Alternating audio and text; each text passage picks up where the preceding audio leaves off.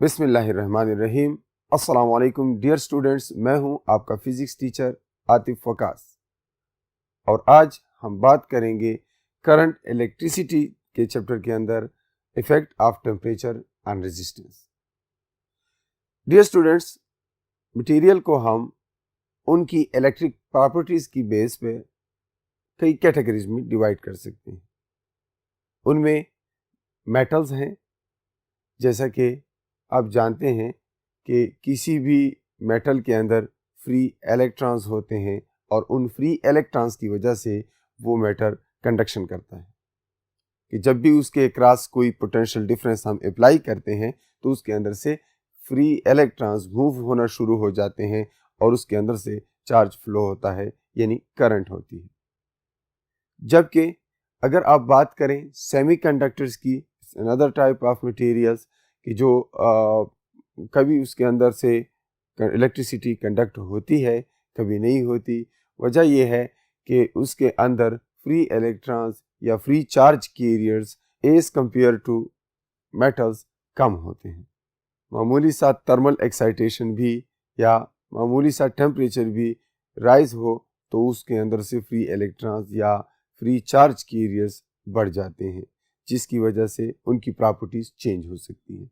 इसी तरह हमारे पास एक क्लास ऑफ मटेरियल्स इंसुलेटर्स हैं कि जिसके अंदर इलेक्ट्रिसिटी फ्लो ही नहीं हो सकती, जिसके अंदर से करंट फ्लो ही नहीं कर सकता। इसीलिए हम आज के लेक्चर में बात करेंगे उन सारे मटेरियल्स की कि किस तरह टेम्परेचर राइज करने से उनके रेजिस्टेंस के ऊपर इफेक्ट पड़ता है। सबसे पहले मैं मेटल्स की बात करूंगा। तो मेटल्स के अंदर आप जानते हैं कॉपर है, एल्यूमिनियम है, गोल्ड है, सिल्वर है, ये सारे मेटल्स हैं। मेटल्स की रेजिस्टेंस जो है, अगर वो प्योर मेटल्स हैं तो उनकी रेजिस्टेंस टेम्परेचर चेंज करने से, टेम्परेचर इंक्रीज करने से इंक्रीज होती है। मेटल की रेजिस्टेंस टेम्परेचर बढ़ने से बढ़ती है। वजह क्या है? देखें, कंडक्टर्स के अंदर या मेटल्स के अंदर ऑलरेडी फ्री इलेक्ट्रॉन्स बहुत ज़्यादा होते हैं और प्रीवियस लेक्चर में हमने बात की थी फ्री इलेक्ट्रॉन मॉडल की कि किस तरह किसी मेटल के अंदर फ्री इलेक्ट्रॉन्स मौजूद होते हैं। तो जब भी हम उस मेटल का टेम्परेचर राइज करते हैं तो उसके अंदर मौजूद कोर एटम्स की वाइब्रेशन बढ़ जाती है, यानी वाइब्रेशन का एम्पलीट्यूड बढ़ जाता है, जिसकी वजह से उसके अंदर से फ्लो होने वाले इलेक्ट्रॉन्स के लिए चांसेस ऑफ कोलिजन बढ़ जाते हैं। अब जाहिर है जितना टेम्परेचर बढ़ेगा उनके अंदर मौजूद, मेटल के अंदर मौजूद कोर एटम्स और बाकी इलेक्ट्रॉन्स जो हैं उनकी मोशन, जो रैंडम मोशन होती है, उसका एम्पलीट्यूड बढ़ जाएगा, जिसकी वजह से उसके अंदर से फ्लो होने वाले इलेक्ट्रॉन्स को बहुत ज़्यादा कोलिजन्स का सामना करना पड़ेगा। इसीलिए एक तो ये है कि मेटल के अंदर कोर एटम्स का एम्पलीट्यूड का वाइब्रेशन बढ़ जाता है। दूसरा ये है कि जिन जिन चीज़ों पे कंडक्टर की कंडक्शन डिपेंड करती है वो चेंज हो जाती है। कंडक्टिविटी में हमने बात की थी कि कंडक्टिविटी किन चीज़ों पे डिपेंड करती है। कंडक्टिविटी डिपेंड करती है number of free electrons per unit volume पे, कि जितने free electrons per unit volume ज़्यादा होंगे अच्छा कंडक्टर होगा, लेकिन बहुत ज़्यादा होने की सूरत में फिर उसकी रेजिस्टेंस बढ़ती है। वजह यह है कि फिर चांसेस ऑफ कोलिजन्स बढ़ जाते हैं। फिर कंडक्टिविटी एक और फैक्टर पे डिपेंड करती है जिसको हम रिलैक्सेशन टाइम कहते हैं।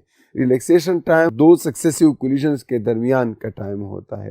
तो जाहिर है जब टेम्परेचर बढ़ेगा तो जल्दी जल्दी कोलिजन होंगी, यानी कोलिजन्स की फ्रीक्वेंसी बढ़ जाएगी और रिलैक्सेशन टाइम कम हो जाएगा। तो इससे कंडक्टिविटी कम हो जाएगी, यानी इससे भी उस मटेरियल की रेजिस्टेंस बढ़ जाएगी। तो ये बात जहन में रहे कि कंडक्टर्स की कंडक्टिविटी, मेटल्स की जो रेजिस्टेंस है वो टेम्परेचर के साथ बढ़ती है। अगर हम टेम्परेचर बढ़ाते हैं तो मेटल्स की रेजिस्टेंस भी बढ़ती है।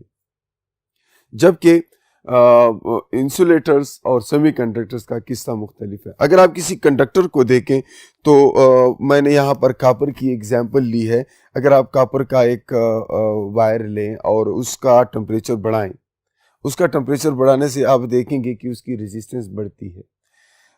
अगर आप इस ग्राफ को देखें तो ये बिल्कुल स्ट्रेट है। तो ये बात जहन में हो कि नॉर्मल टेम्परेचर्स के लिए किसी भी मेटल का रेजिस्टेंस, किसी भी मेटल के अंदर मौजूद जो मुज़ाहिमत होती है फ्लो ऑफ करंट को, फ्लो ऑफ चार्ज को, वो लीनियरली बढ़ती है राइज इन टेम्परेचर के साथ। जो जो टेम्परेचर बढ़ता है साथ साथ में रेजिस्टेंस बढ़ती है, यानी उनका रिलेशनशिप तकरीबन लीनियर होता है। इस ग्राफ से आपको समझ आ सकता है। कापर को अगर आप 0 सेल्सियस पे लें तो उसके अंदर कोई रेजिस्टेंस मौजूद होगी। अगर आप उसका टेम्परेचर बढ़ाते जाएं 100 पे जाके वो एक दूसरी वैल्यू तक पहुंच जाता है, ठीक है। लेकिन ये स्लोप बिल्कुल आप देख रहे हैं कि बिल्कुल एक स्ट्रेट लाइन है। दूसरी बात यह है कि अगर इसको हम कूल करते जाएं, इसका टेम्परेचर ड्रॉप करते जाएं, तो ये कहीं जाकर -235 और -234 के बीच कहीं पे ये जाकर इसका रेजिस्टेंस बिल्कुल ज़ीरो हो जाता है तकरीबन। तो ये है कि मेटल्स को आप हीट अप करेंगे, उसका टेम्परेचर बढ़ाएंगे तो उनकी रेजिस्टेंस बढ़ेगी।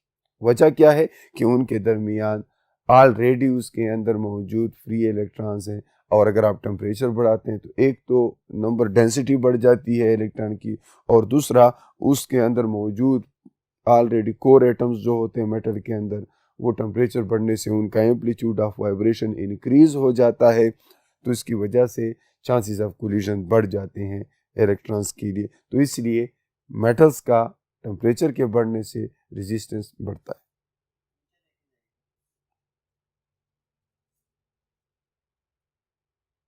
जी, तो रेजिस्टेंस ऑफ इलेक्ट्रोलाइट्स हो या इंसुलेटर्स हो या सेमीकंडक्टर्स हो, ये जो है ये टेम्परेचर के इंक्रीज के साथ डिक्रीज होता है। यानी इलेक्ट्रोलाइट्स, सेमीकंडक्टर्स और इंसुलेटर्स, इनका जब आप टेम्परेचर बढ़ाते हैं तो इनकी रेजिस्टेंस कम होती है। अब इसकी क्या वजह है? देखें, इंसुलेटर्स हो या सेमीकंडक्टर्स हो, इनमें फ्री इलेक्ट्रॉन्स या फ्री चार्ज कैरियर्स नहीं होते। तो जब भी आप उनको हीट अप करते हैं तो क्या होता है कि इनके अंदर जो है फ्री इलेक्ट्रॉन्स की तादाद या फ्री चार्ज कैरियर्स की तादाद बढ़ जाती है। अगर आप इंसुलेटर को देखें तो उसका कंडक्शन बैंड बिल्कुल एम्प्टी होता है, कंडक्शन बैंड में कोई इलेक्ट्रॉन नहीं होते। जितने भी उसके अंदर इलेक्ट्रॉन होते हैं वो बॉन्डिंग में इन्वॉल्व होते हैं, वो फ्री नहीं होते कंडक्शन के लिए। इसी तरह सेमीकंडक्टर्स में भी चंद एक इलेक्ट्रॉन्स होते हैं, फ्री चार्ज कैरियर्स या पॉजिटिव होल्स होते हैं इनिशियली, तो वो इतनी अच्छी कंडक्शन नहीं कर सकते होते। तो इसीलिए जब हम उसका टेम्परेचर बढ़ाते हैं, सेमीकंडक्टर हो या कुछ इंसुलेटर्स ऐसे हैं कि जिनका टेम्परेचर जब आप बढ़ाते हैं तो क्या होता है, टेम्परेचर बढ़ने से उनको एनर्जी मिलती है, उस एनर्जी से उसके अंदर के इलेक्ट्रॉन्स रिलीज होते हैं, यानी कंडक्शन के लिए ज़्यादा इलेक्ट्रॉन अवेलेबल हो जाते हैं। मामूली से टेम्परेचर राइज पे भी कोई सेमीकंडक्टर जो है ion electron pair, electron hole pair जो है वो जनरेट कर लेते हैं। तो टेम्परेचर के राइज के साथ साथ चूँकि उनके अंदर मौजूद इलेक्ट्रॉन, उसके अंदर मौजूद चार्ज कैरियर जो है उनकी तादाद बढ़ती है। इतनी ज़्यादा नहीं बढ़ती कि उनकी कोलिजन्स पे असर पड़े, उनके चांसेस ऑफ कोलिजन बढ़े, लेकिन वो इतनी बढ़ जाती है कि इससे कंडक्शन में इंक्रीज आ जाती है। और आप जानते हैं कंडक्शन बढ़ेगी तो रेजिस्टेंस कम होगी। तो ऐसी चीज़ें, चाहे वो इंसुलेटर्स हों, चाहे वो सेमीकंडक्टर्स हों या फिर इलेक्ट्रोलाइट्स हों, इनको जब आप हीट अप करते हैं तो इनकी रेजिस्टेंस बजाय बढ़ने के कम होती है। और वजह यह है कि उनके अंदर फ्री इलेक्ट्रॉन्स चूँकि पहले नहीं होते और या कम होते हैं, तो फिर जब आप उसको हीट अप करते हैं तो उनको एनर्जी मिल जाती है, आयनाइजेशन हो जाती है, वहाँ अवेलेबल हो जाते हैं आपको फ्री चार्ज कैरियर्स, जिसकी वजह से कंडक्शन बढ़ जाती है और रेजिस्टेंस अल्टीमेटली कम हो जाती है। अगर आप इस ग्राफ को देखें तो ये किसी सेमीकंडक्टर का ग्राफ है। इनिशियली जब टेम्परेचर 0 है तो आप देखें कि रेजिस्टेंस बहुत ज़्यादा है, लेकिन जैसे ही हम टेम्परेचर को इंक्रीज करते हैं तो ये क्या होता है, ये ग्राफ नीचे आना शुरू हो जाता है और बहुत शार्पली ये ग्राफ नीचे आया है, यानी बड़ी तेज़ी के साथ उसकी रेजिस्टेंस में कमी आई है। मामूली सा राइज इन टेम्परेचर जो है उस रेजिस्टेंस को काफ़ी हद तक कम कर देता है। अब इन मटेरियल्स की एक प्रॉपर्टी हम डिफाइन करते हैं कि जिसकी बेस पे हम उनकी टेम्परेचर और रेजिस्टेंस के दरमियान रिलेशनशिप को परख सकते हैं, उनको देख सकते हैं, और उस प्रॉपर्टी को हम कहते हैं टेम्परेचर कोएफिशिएंट ऑफ रेजिस्टेंस। ये एक पैरामीटर है और ये पैरामीटर हमें किसी भी मटेरियल की टेम्परेचर और रेजिस्टेंस के माबैन रिलेशनशिप को मालूम करने में हेल्प आउट करती है। जैसा कि ये है क्या चीज़, ये टेम्परेचर के इंक्रीज के साथ जो चेंज आता है रेजिस्टेंस में, इसको हम कहते हैं टेम्परेचर कोएफिशिएंट ऑफ रेजिस्टेंस। यानी द फ्रैक्शनल चेंज, ये फ्रैक्शनल चेंज है। किस चीज़ के अंदर फ्रैक्शनल चेंज है? In resistance.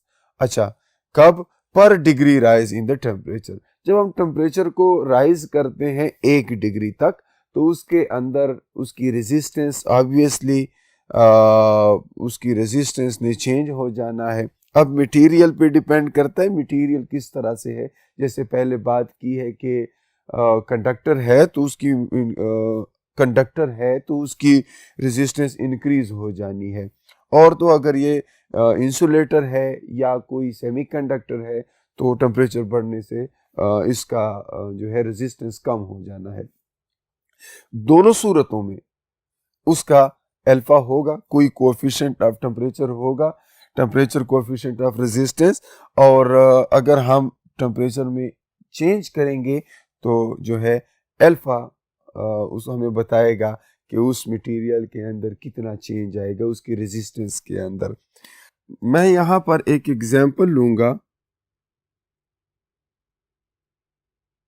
फॉर एग्जांपल ये कोई मेटल है या नॉन मेटल है या कोई पीस ऑफ मेटल है और इसका 0 सेल्सियस पे कोई रेजिस्टेंस है, फॉर एग्जांपल R0। जब मैं इसका टेम्परेचर 1 डिग्री राइज करूंगा, यानी ये 0 है, 0 से 1 सेल्सियस कर दूं, ये 2 डिग्री है तो 2 डिग्री से 3 डिग्री सेल्सियस कर दूं, यानी पर डिग्री राइज इन टेम्परेचर इसकी रेजिस्टेंस R0 से क्या हो जाएगी? अगर मैं कहूं कि R0 से RT हो जाएगी, तब इसकी पर डिग्री राइज R0 से RT तक हो जाने में इसको हम क्या कहते हैं? इसी को अल्फा कहते हैं।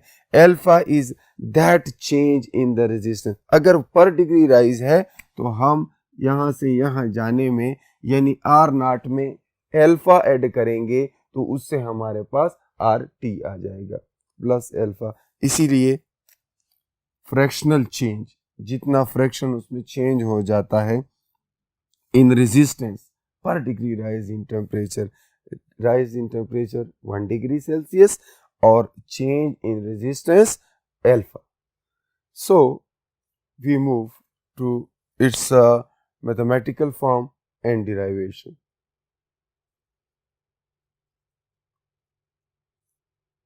तो आप देखें, कंसीडर अ कंडक्टर। अब किसी कंडक्टर को कंसीडर करें। फिलहाल अगर हम कंडक्टर की बात कर लें तो ये ज़्यादा मुनासिब रहेगा। It's very simple. You can choose anything, but let me consider a conductor जिसकी रेजिस्टेंस 0 सेल्सियस पे हमारे पास है R0। ठीक, मैंने टेम्परेचर इंक्रीज किया 0 सेल्सियस से मैंने किया T degree Celsius. T is any temperature in Celsius. तब जब मैंने चेक किया तो रेजिस्टेंस उस कंडक्टर का इंक्रीज हो गया RT तक, क्योंकि कंडक्टर है, ऑब्वियसली इसका टेम्परेचर के बढ़ने से रेजिस्टेंस बढ़ता है। या let's say you can call it change होगी। अगर आप कंडक्टर के अलावा कोई भी लें तो आप ये कह सकते हैं कि it changes to RT। Now what is that change? Change in resistance जो है, रेजिस्टेंस के अंदर जो चेंज है that is RT minus R0। Conductor के केस में ये चेंज पॉजिटिव होगा। वजह यह है कि RT is greater than R। क्या है? अगर तो कंडक्टर है तो क्या होगा कंडक्टर के लिए? RT is greater than R, यानी ये चेंज पॉजिटिव आएगा। अब ये चेंज किन चीजों पे डिपेंड करता है ये देखने के लिए ये रिलेशनशिप है। This is the change in resistance and that is proportional to initial resistance and increase in temperature. For example initially 0 था, अब T हो गया, तो डेल्टा T हमारे पास क्या हो जाता है? अगर मैं यहां पर नोट कर लूं, डेल्टा T जो है हमारे पास T है। इनिशियली हमारे पास T0 था और कुछ T0 जो है वो 0 था। कुछ देर बाद टेम्परेचर हो गया T, तो इसलिए मैंने डेल्टा T की बजाय सिर्फ T लिखा है, क्योंकि final is T, initial was 0, so it's simply T। So you can write only T. The change in resistance is proportional to initial resistance that was at 0 Celsius, and it is proportional to the temperature rise, जितना temperature में increase आया है। अब इन दोनों को जब हम combine करते हैं तो इस तरह लिख सकते हैं, और फिर इसको इक्वेशन बनाने के लिए मैंने इक्वालिटी का साइन लिया और यहां पर एक कांस्टेंट लिखा। ये parameter, this is not the sign of proportionality, दो ये एक जैसे नजर आते हैं लेकिन ये अल्फा है and this is the temperature coefficient we discussed few minutes ago. अब इसको रीअरेंज किया मैंने, इस तरह हमारे पास एक इक्वेशन आ गई। Now this is alpha and this alpha represents the temperature coefficient of resistance, and now you see if it is a conductor, अगर ये कोई कंडक्टर है तो RT ग्रेटर होगा R0 से।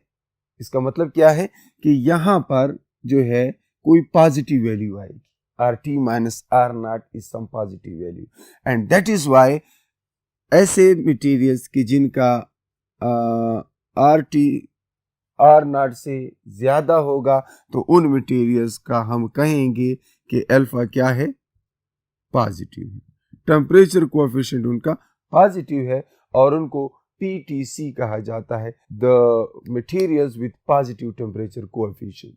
तो अगर तो मटेरियल कंडक्टर है तो उस कंडक्टर के अंदर जो है वो टेम्परेचर कोएफिशिएंट पॉजिटिव होता है। वजह यह है कि RT R0 से ज्यादा होता है, तो ये डिफरेंस जो है पॉजिटिव वैल्यू देगा और ऑब्वियसली हमारे पास अल्फा जो है पॉजिटिव आएगा। इसी तरह अगर आप देखें सेमीकंडक्टर्स को, सेमीकंडक्टर्स में 0 सेल्सियस पे जो रेजिस्टेंस होगी वो कम होगी उस रेजिस्टेंस से जो किसी हायर टेम्परेचर पे होगी, यानी टेम्परेचर बढ़ने से उसकी रेजिस्टेंस कम होती है। इस वजह से RT स्मॉल होगा R0 से, तो यहाँ पर हमारे पास नेगेटिव वैल्यू आएगी। ऐसी सूरत में हम इन मटेरियल्स को NTC कहते हैं, जिसका मतलब है नेगेटिव टेम्परेचर कोएफिशिएंट।